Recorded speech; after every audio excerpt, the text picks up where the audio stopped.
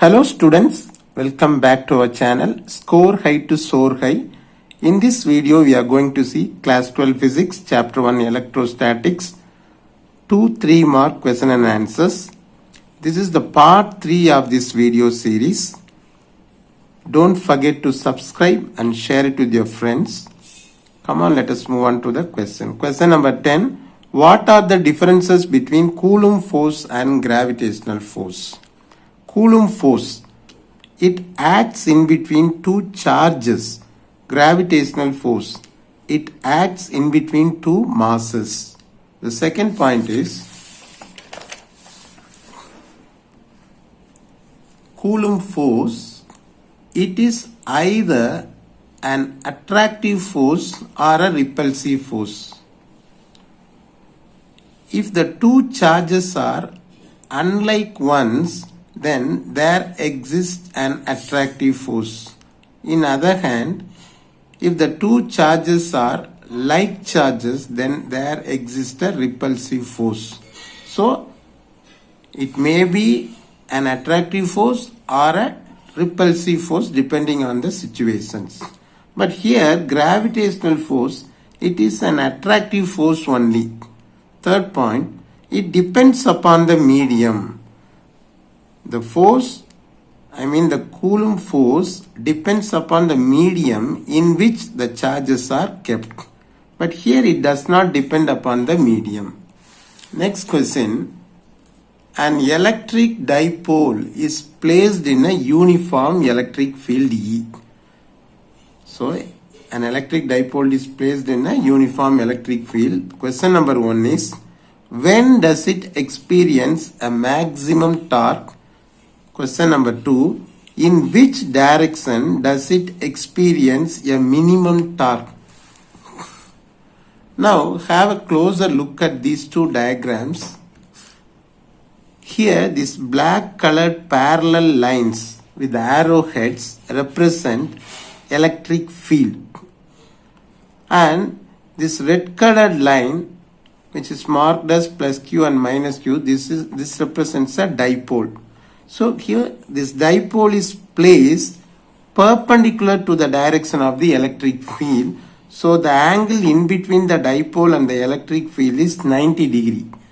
In the second diagram, again the parallel black colored lines with the arrowheads represents the electric field. And here comes the dipole. Here the dipole is placed along the direction of the electric field. In other words, the direction of the dipole is parallel to the direction of the electric field. So here the angle is 0. So, answer for the first question, when theta is equal to 90 degree, that is, when the dipole is placed perpendicular to the direction of the electric field, tau is equal to Pe sin theta. This is the expression for torque. So which is equal to Pe sin, in the place of theta I have written 90 degree. We know the value of 90 degree. Sin 90 degree is equal to 1. So which is equal to Pe.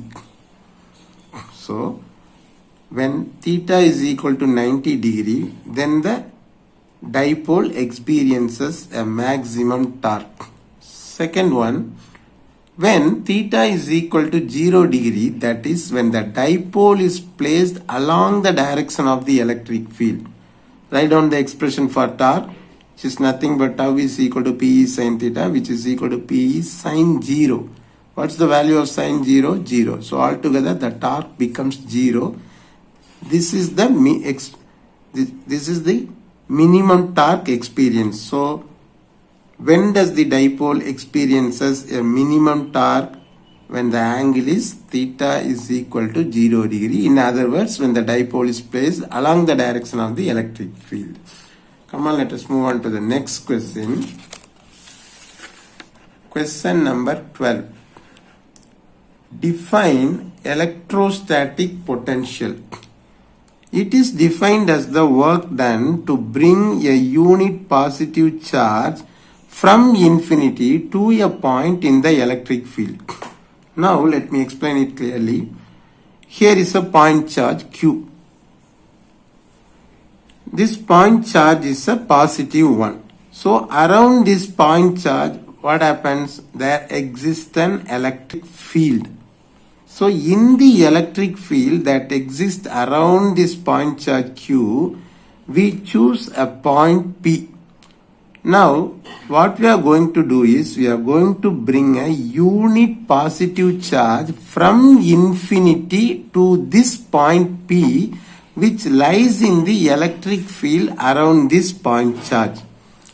So what happens? This is a positive charge, and again this test charge is also a positive charge. So there exists a repulsive force. So this charge repels this one. So in order to overcome this repulsive force, we need to do a sort of work. That amount of work done is defined as the electrostatic potential. The unit of electrostatic potential is volt. Next question. 13th one. Discuss the basic properties of electric charges. One is electric charge. Second one is conservation of charges. Third one is quantization of charges. Now let us see each and every property in detail. Number one, electric charge. It is an intrinsic and fundamental property of particles. What does it mean by intrinsic? The basic, the nature of the particles. So electric charge is the nature, the basic property of all fundamental particles. Second one, conservation of charges. The total electric charge in the universe is constant. Altogether, if we take the total electric charge in the whole universe, then it remains constant. What does it mean? Charge can neither be created nor be destroyed. We cannot create a new charge out of something. At the same time, we cannot destroy a charge. So charge can neither be created nor be destroyed. Third one, quantization of charges. The fundamental value of charge is E, small e is equal to 1.6 into 10 to the power of minus 19 coulomb. The charge Q on any object is equal to an integral multiple of E. Suppose if you'd like to calculate the charge on any object, then that charge is equal to an integral multiple of this basic charge E. So in other words, how to write this expression?